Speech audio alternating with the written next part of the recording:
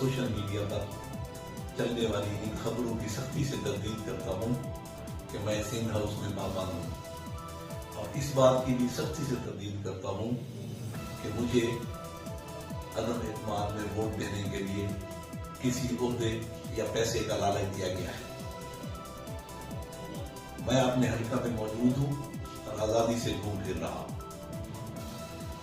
इस बात का मैं एतराफ करता हूँ कि मुस्लिम लीग नून के लोगों से हमारे देरीना खानदानी और सियासी ताल्लुकात हैं, और मुस्लिम लीग के कैदीन और अकाबरीन से अक्सर रब्ता रहता है और मिलना जुलना रहता है।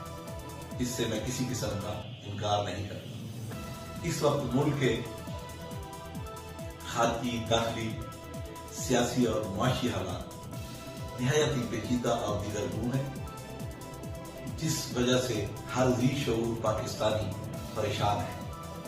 ऐसे हालात में एक मुंतखब अवामी नुमाइंदा कैसे हालात से लाताल्लुक रह सकता है।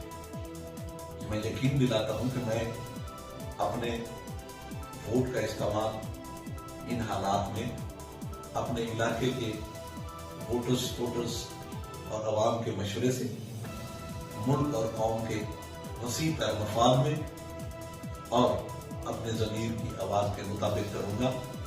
मैं किसी लालच या दबाव में अपने वोट का इस्तेमाल नहीं करूँगा। और आखिर में एक शेर के तफाकुर मनसबे कूज़ागरी का छिन भी सकता है। तफाकुर मनसबे कूज़ागरी का छिन भी सकता है, कोई भी हो हमेशा चाक पर बाकी नहीं रहता।